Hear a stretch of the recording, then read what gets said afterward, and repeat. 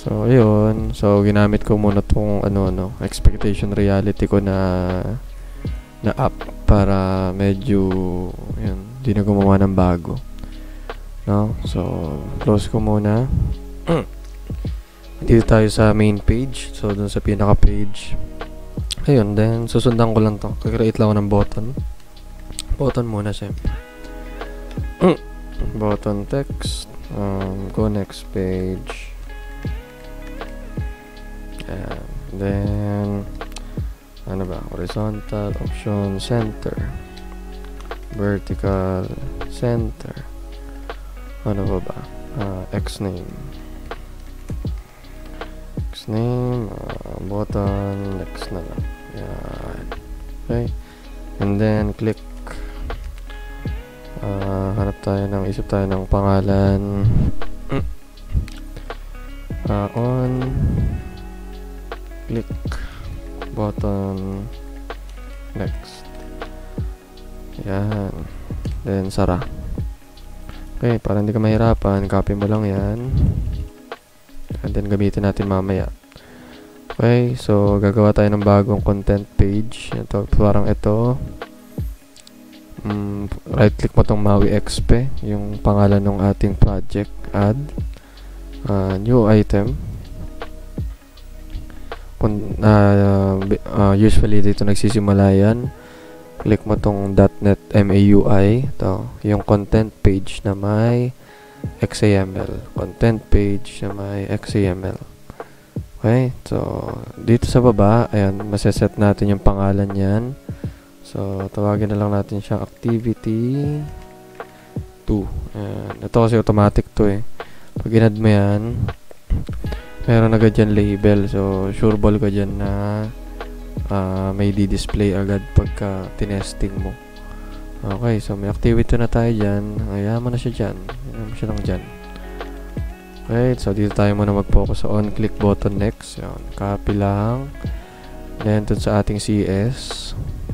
Ayan, XAML main page pa rin tayo. CS, syempre, void. Para dun sa on-click.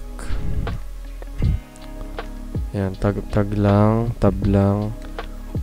Okay. So, ang difference ito, lagyan ito na async.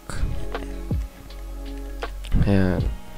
So, async tayo, async void. So, yun yung responsible pa sa paglilipat nung to other page, async void.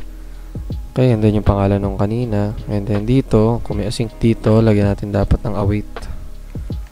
Wait. Okay, and then navigation.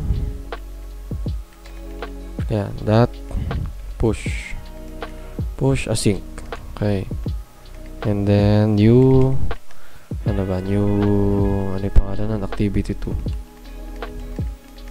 Activity 2, yan, automatic naman pala. And then, open and close, semicolon. Yan. So, pag click daw si on-click button next, dito yun, si on-click button next. Okay, so, punta siya dito. Async void, on-click button next. Sabi sa loob, abate, navigation, push async, new, at ang pangalan no, activity mo. So, saan ko nakuha yan? Si activity 2. Eto yan, si activity 2. So, saan exactly? Ito, ayun no, public activity 2. Okay, so ito yung tatawagin natin. Ayan, si activity 2 na yan. No, and then, tayo dito, balikan natin. Ayun no. Ito, ayun no, diba? Match na match. Yan yun. So, saan siya pupuntang layout? Saan siya pupuntang content? Okay, save natin. Okay na yan. Run.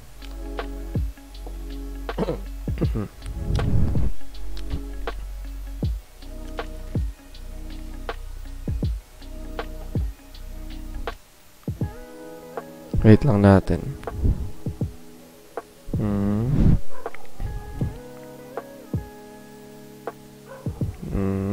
Try. Ayan, doon agad si go next page. Ayan, diba? Dinagdag lang natin. Ayan, gumagana pa rin to. And then, ayun. Diba? Nakalipat na sa next page.